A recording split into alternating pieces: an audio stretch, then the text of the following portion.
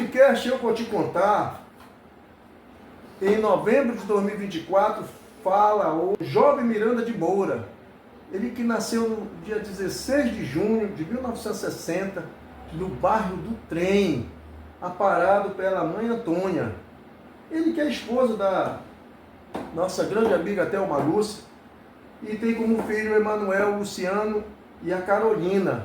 E a sua paixão hoje é o Pedroca, né? Neto chegando aí. E ele é sociólogo, gente. Ele também é analista judiciário. Ele é ativista social. Ele é pedagogo, formado na Universidade Estadual de Santa Catarina. Analista político. Em 1981 ele estava lá na fundação do Partido dos Trabalhadores. Em 1992, junto com mais 26 colegas do Judiciário, ele funda o Sindicato do Serventuário da Justiça do Estado do Amapá. É por isso que a gente está trazendo o nosso amigo aqui. Agora, o que a gente observa é que existem pessoas que foram lá no alto, né, no ápice, e perderam o caminho da eleição. Uma pessoa que a gente sabe que o pessoal tem muito respeito por ele, mas que a gente não vê mais nos holofotes políticos. Rosemiro Rocha foi vereador por Macapá, aí em 87 virou município lá, ele virou o primeiro prefeito, elegeu a filha dele, depois elegeu o filho dele, e hoje a gente não vê nenhum da família Rosemiro Rocha no poder. Esse enfraquecimento, né, do clã. Outro que eu gostaria que você me desse a sua opinião, né, que a gente viu que eles foi vice-governador do Barcelos, foi prefeito de Santana, prefeito de Mazagão, deputado federal, senador, e hoje nenhum está na política, a família Borges. Ainda teve lá o Elcias Borges, prefeito lá em Ferreira Gomes, e o tio também, que foi prefeito, o seu Chico Pinheiro, lá em Ferreira Gomes. Quer dizer, era uma família política que hoje não tem nenhum na política, não ganhou nem para prefeito no Mazagão, né, que estava na disputa. O que você me explica desses enfraquecimentos de alguns políticos, como no caso desses dois especificamente? Bom, no caso é interessante demais compreender a trajetória política dos Borges. Sim. Do Gilvan. Inclusive, eu tenho uma relação até bem carinhosa com alguns dos Borges, né? Então, a família Borges como se diz, é muito simpática, né? O Gilvan é uma pessoa simpática, o Giovanni, o Ronaldo, o Reginaldo, eles são todos simpáticos. O que é artista, né? Do Cabo Sul? Sim, é o Nilson. Nilson, né? Tá. Bom, esse grupo aí surge para a política com o Giovanni, né? Se elegeu primeiro deputado federal. Vereador. Não sei se foi em 1976, mais ou menos assim. Ainda lá na época do território. O cara que tinha o tchan para a política mesmo, da família, é o Gilvan, que é o atirado, que é o cara que pensa. Eu me lembro que ele andava num jipe, gente, com um megafone, ia para frente do palácio, ia para frente das escolas, entrava nos ônibus. Ele começou a fazer uma política diferente aqui. Então, o Giovanni, no bairro do Trem, conseguiu muito contato, conseguiu ser popular no bairro do Trem. Então, o bairro do Trem foi fundamental para ele se eleger inicialmente tanto vereador, depois deputado federal, né? Aí, mas sempre quem estava carregando as coisas, a base, tudo era o Gilvan, né? E o Gilvan foi muito importante em todos, desde 1900 na questão da política estadual, desde 1990 até hoje. Não dá para explicar a história das eleições em relação a resultados né, se não passar pela atuação dos bons, do Gilvan. Por exemplo, ele foi vice, o Ronaldo foi vice do Barcelos. Do comandante Barcelos. Do Barcelos, que elegeu em 1990. Né? Depois ele racha, o Gilvan racha, e vai complicar a vida do Barcelos. Né? E aí, em 94, no segundo turno, a família Borja, pela influência do Gilvan, apoia o Capiberibe. Olha só como ele começa a decidir. Atravessou o salão. Em 90 ele ajudou a eleger o Barcelos, ganhou. Em 94 ajudou a eleger o Capiberibe, ganhou. Né? Aí vem 2094, né? 98. Ele não apoia a família Capiberibe, mas mas ajudou de algum modo, né, a dar uma reeleição, né? Não, ele deu um gás pro Valdez.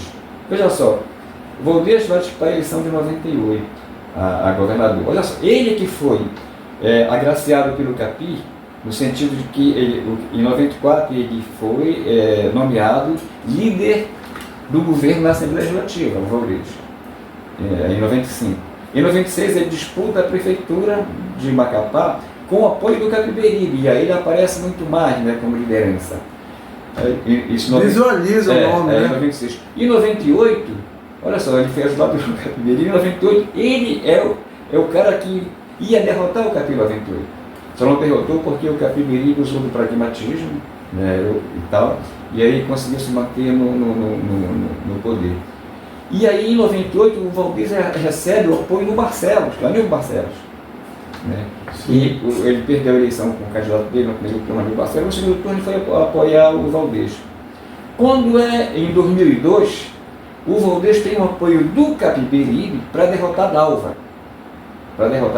Você vê que ele sempre teve apoio de alguém e tal. Então ele sempre contou com esse tipo de sorte. O Valdez Góes, em 2002 aconteceu isso.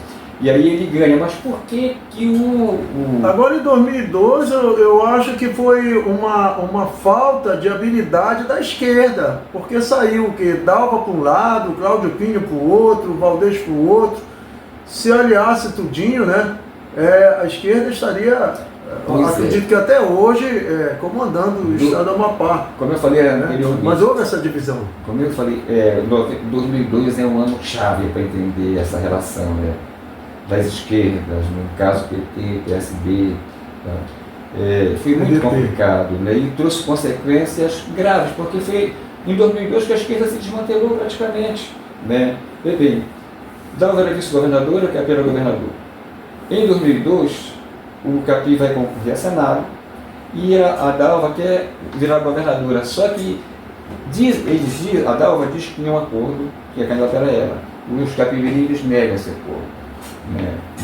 Aí lançaram o Cláudio Pinho. E aí lança o Cláudio Pinho. O Cláudio Pinho não foi para o segundo turno por apenas 3% dos votos. E quem levou esses mais de 3% para a Dalva poder ir para o segundo turno foi a família Borges. Foi o assunto que você puxou, né? O Gilvan apoiou a Dalva no primeiro turno, aliás, apoiou a Dalva para tentar, no primeiro turno, para a Dalva apoiar ele, e a Dalva apoia o Gilvan. E aí a diferença entre o Capi e Gilvan na eleição do Senado é pouco mais de 1%, quase foi nada. Um negócio muito interessante. Então aí o Capiberibe não aceitou isso, ficou muito revoltado, e no segundo turno ele apoia o Valdez. O Valdez é um sortudo, apoia o Valdez, e só por isso o Valdez virou governador. Porque se ele apoiasse a Dalva, jamais o Valdez teria sido governador. É a fortuna que o Maquiavel fala, né?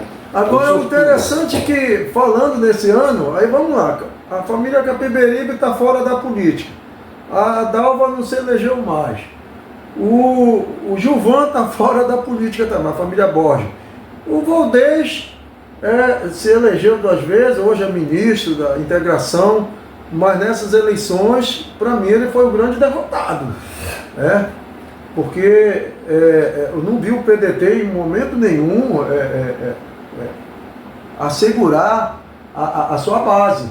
Aqui, por exemplo, em Macapá, o candidato da eleição passada a vereador foi do PDT, o mais votado, e não foi votado esse ano. Tem gente do PDT, mas não fazem parte da militância. no meu entendimento, porque a militância do PDT sempre foi LGBT, classe trabalhadora, que hoje os sindicatos estão tudo contrário. Quando o Valdez assumiu, ficou contrário, perdeu essa linha, esse público, digamos assim, e a gente observa que hoje o PDT também tá indo ladeira abaixo, né? No Amapá, eu tô falando, nós estamos falando a nível de Amapá, tá? O que você me diz dessas situações? Vamos chegar nela. Só queria resgatar um pouco a anterior, você falou dos Borges, falou do Sim, né? Mas esse ano houve toda aquela disputa entre eles, e hoje eles simplesmente foram ladeira abaixo, infelizmente. Né? Você falou dos Borges e do Rosemiro? Sim, o Gilvan tem um Rosemiro ainda. Foi senador 2 vezes, naquelas conflitos com o Capibiri, 2 vezes em interferência da Justiça Eleitoral e tal, né? Só que o Gilvan tinha um problema, ele tinha problema de imagem. Passava a ideia de que ele era muito brincalhão, né? Hoje ele é o, né? como se diz, e muita gente a sátira da política, né? E muita gente não via isso, seriedade nisso, né? Ser brincalhão e tal. Eu te amo, né? Coisa e tal, né? E aí isso criou nele um problema de imagem, né? Ele só se elegeu senador 2 vezes porque aquelas interferências da Justiça Eleitoral que eu falei anteriormente. Ele tinha um padrinho muito forte, era o ex-presidente, senador, presidente do Senado, José Sarney. A gente sabe disso, né? Então, e o caso do Rosemiro, né? Quando o PT vai para lá, o Lula assume, né? E aí naquela época podia fazer grandes shows e tal, estar aqui lá em Santana. Foi quem derrotou o Rosemiro lá foi o PT, foi o Nogueira, né? Nogueira, foi. E bancou lá show de KLB e tal, e a juventude se empolgou com aquilo. No tempo do showmício, né? Exatamente e tal. E aquilo, a eleição do Rosemiro. Não, do Nogueira lá, que faz com que a família a política do Rosemiro vá definhando, né? Depois se recuperou com o filho, o Robson e tal, mas o Robson não fez um bom governo. E aliás, o Robson nem ganharia aquela eleição que ele ganhou da Marcivânia, né? Quando ela iria suceder o Nogueira na prefeitura. O Nogueira se reelegeu, depois se reelegeu, não podia ir mais para a reeleição. Aí a Marcivânia, então, seria a candidata dele. E aí inventaram uma história de Marcivânia com Nogueira num motel, pegando dinheiro para jogar em campanha e tal, aquilo foi espalhado e tal. E só por isso que o Robson ganhou aquela eleição. Depois não fez um bom governo na prefeitura e tal, aí degringolou de vez lá, né? Sim. Mas no caso do Borges é esse, né? O caso do questão de imagem do Gilvan, né? Mas mesmo com isso, ele foi influente em todas as eleições no Amapá, mas isso é outro assunto, isso é muito extenso. Vamos adiantar. Essa última pergunta que você fez agora, me recorda, por favor? Você fez uma colocação nessa? Não, eu digo assim, houve, esse ano foi chave, que todo mundo que estava naquela disputa, hoje estão ladeira abaixo, PSB, ladeira abaixo, família Gilvan, e o PDT, que a gente via que era o maior partido, fortíssimo e tudo mais, a gente viu que nessas eleições saiu enfraquecido, pelo que a gente observa aí, os números. O Valdez, que é meu amigo de infância, né? Sim, eu também mesmo. A gente brincou bola na rua, naquela época a gente jogava bola pelada na rua. Não jogava peteca, né? Jogava peteca. Não sei se errava, não era assim. Né? Mas eu gosto muito dele, tal, pessoa e tal. Agora, como político, a gente tem mais divergência e tudo, né? O Valdez, ele sempre foi duro na queda. Sempre foi duro na queda. Ele ia perder a eleição de 2006. Ele ganhou em 2002. Mas ele estava muito desgastado para ir para a reeleição contra o Capibiri em 2006. E aí, só perde a eleição de governador, quem está no governo, se o bloco de poder se desfizer. Sim. Foi o caso lá do PT, com o PT se desfizeram em 2002. Mas Ou então se aparecer um fato que venha a interferir, um fato externo, né, inesperado, uma causa interveniente. O que aconteceu aqui, gente, com as duas operações. A questão aqui do prefeito Furlan. Ele só ganhou porque houve aquele problema do apagão. Uhum. Tá? Então, em 2006, o Valdir não ganharia aquela eleição do Cabibiri. Há um ano para a eleição, o Cabibiri tinha 52% de intenção de voto, o Valdir só tinha 12%, uma rejeição mais de 60%. Exato. Mas o uso da máquina pública, né, a interferência da justiça eleitoral foi que deve ser tão valorizador naquela. Ele conseguiu se recuperar em um ano dessa situação trágica que ele estava. Aí vai em 2010, ele ia se eleger senador, ele ia ser o mais votado. Aí vem aquela operação que nós comentamos agora há pouco, da Limpas, né, e tal, e aí ele foi preso, passou 2 semanas preso e deu no que deu. Lá para Papuda? Pois é. E aí, por isso que ele não se elegeu senador. Sim. E ele ia fazer o sucessor dele, que era o Pedro Paulo. Que era o Pedro Paulo. Ia fazer o sucessor. Então ele é duro naquela. Aí vem 2014. Mesmo ele tendo sido preso, ele disputa 2014 e ganha do Camilo. O problema é que o Camilo brigou, eu digo assim, brigou com todos os partidos, com as classes trabalhadoras, com a imprensa, com a justiça. Ele ficou praticamente isolado, né? Eu observo isso. Ele fez um bom governo, como você falou, os índices socioeconômicos dizem isso, mas o problema é que você tem que ter aliança, você tem que ser parceiro. Uma questão que se os partidos não se aliarem, porque uma coisa que existe aqui no Amapá, vocês vão concordar comigo, e você há de comentar, é que todos os partidos a gente não consegue, por exemplo, o PDT não consegue passar o cedro para um outro membro do PDT, o PSB não consegue, o PT não consegue, enfim, não existe uma sequência, não chega muito longe. Se o fulano sair da prefeitura, quem é que assume politicamente a prefeitura de Macapá? Ninguém sabe. Não tem. Não tem porque ele não fez aliança de ele não precisava, de partidos para dar sequência no trabalho dele. Ou seja, o que a gente observa aqui no Amapá é que as gestões são muito pessoais. Elas não são políticas, elas não são de grupos. É interessante isso aqui no Amapá. A sequência você pode ver tanto na prefeitura quanto no governo do estado. Alfaia, essa é uma coisa chamada de cultura política. Sim. Como é que é a cultura política no Amapá?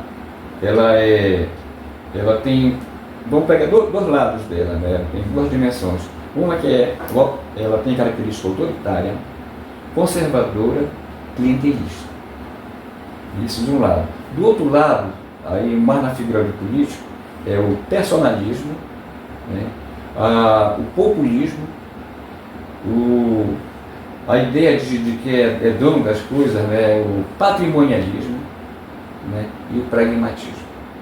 Então, esses aspectos da cultura, eles levam para dois caminhos.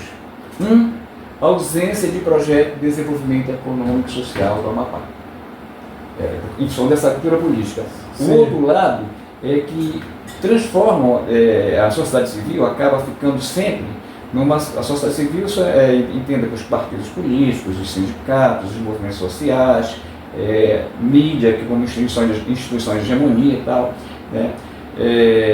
Essas coisas da sociedade civil, as organizações da sociedade civil, né? Elas, em função desse tipo de personalismo e de populismo, né, faz com que a sociedade civil ela seja quase que amorfa. Ela é relativamente desarticulada e relativamente também passiva. Não é uma sociedade ativa. Quando você tem uma sociedade civil relativamente passiva ou passiva, né, a primeira coisa que nunca floresce é a cidadania. Sim. Né? Então, essa cultura política ela está embrenhada na cabeça dos nossos líderes. Está embrenhada. E aí é um negócio perigoso, porque o pragmatismo, por exemplo, ele leva a atrelamento,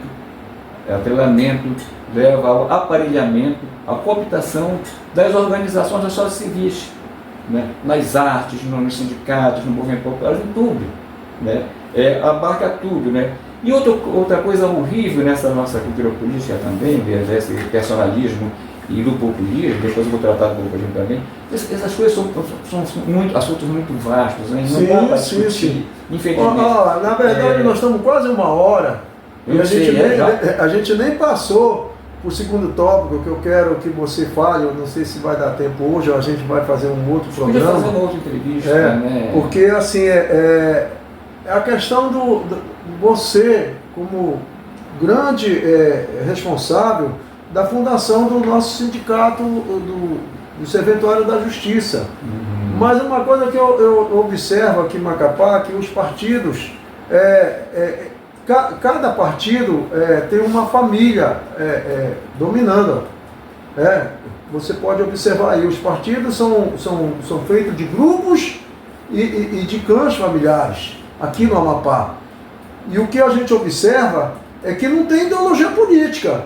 Exemplo disso, Furlan, ele fazia parte do partido, foi para o MDB, a esposa dele é presidente do outro partido, e ele trouxe na base dele o PL, extrema direita, e o PSB, extrema esquerda, para dentro de uma aliança. E a gente vê que aqui, olha, por exemplo, o que chamam de esquerda aqui, que é o Randolfo Rodrigues, estava lá do lado, digamos assim, de outros partidos. A gente não sabe o que é ideologia política aqui em Macapá. O que você tem a falar com isso? Olha, exatamente isso faz parte da nossa cultura política, né? Esse desapego à ideologia faz parte. Quem teve muito apego a isso foi, a princípio, né? Foi o Capiberibe e foi a base que fundou o PT. A base que fundou o PT, os personagens que fundam o PT, depois são alijados. E aí, quando são alijados, a partir de 2000... Pulverizaram, né? Todinho. A partir mais ou menos de 98 para 2000, no período de 98 a 2002, aí enfraquece a questão ideológica no PT. Né? E depois da crise entre a Dalva e o Capi em 2002, aí também enfraqueceu lá para o lado do PSB. Também. E a coisa ficou muito evidente agora quando o Capiberibe apoia, né, o Furlan, que é um político, na minha opinião, de direita, o perfil dele.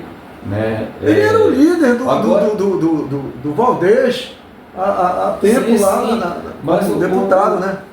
O Furlan é um capítulo especial, porque é o seguinte, ele se coloca acima das ideologias. Sim. Né? Ele vira quase uma unanimidade. Ele fez uma gestão de mais de 150 obras em menos de 3 anos. Né? A maioria de pessoas de pensamento de esquerda que não tinha vínculo com a máquina governamental votou no Furlan. A prova disso, você fez uma matéria muito antes da eleição dele e já sabia o resultado disso aí. Né? Mas o Furlan tem uma coisa interessante, né? Essa de se colocar acima das ideologias.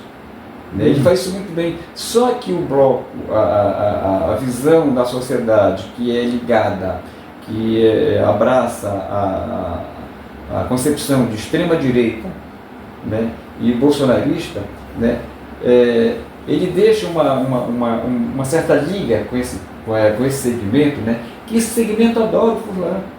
Sim. Né? E o Furlan é um caso à parte, que daria um outro debate também, uma outra... Sim. Que se não entender o Furlan, não vai entender a conjuntura futura da eleição que vem virar. Porque está havendo mudança, a gente vê uma mudança muito grande nas câmaras de vereadores. Você fez uma pergunta que a gente fugiu um pouco. Desculpa, você fez uma pergunta anterior, era sobre...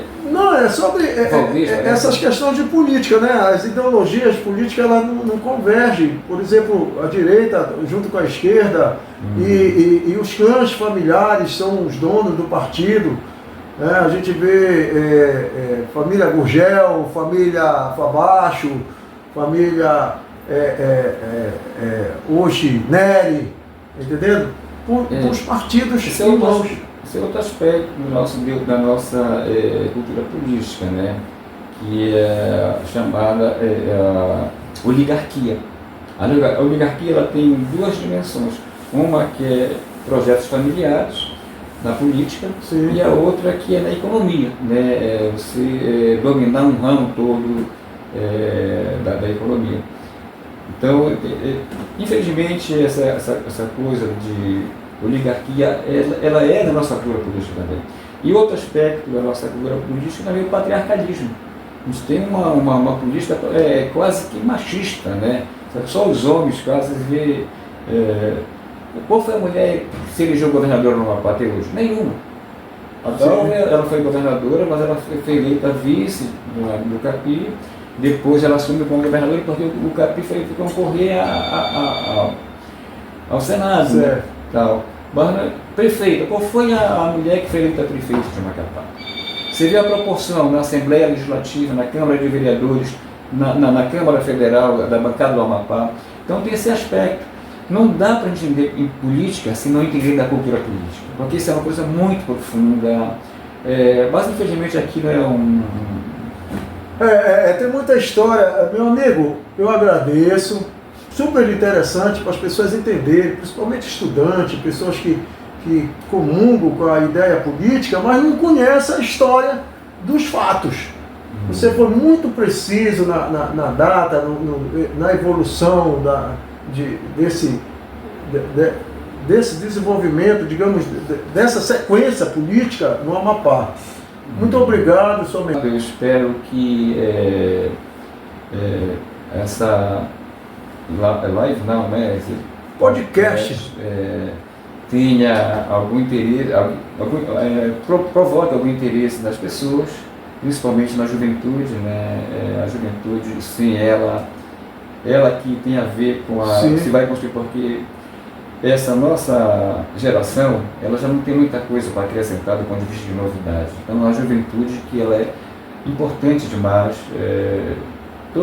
Randolfo surgiu da juventude, o movimento de juventude, Clécio surgiu do movimento de juventude.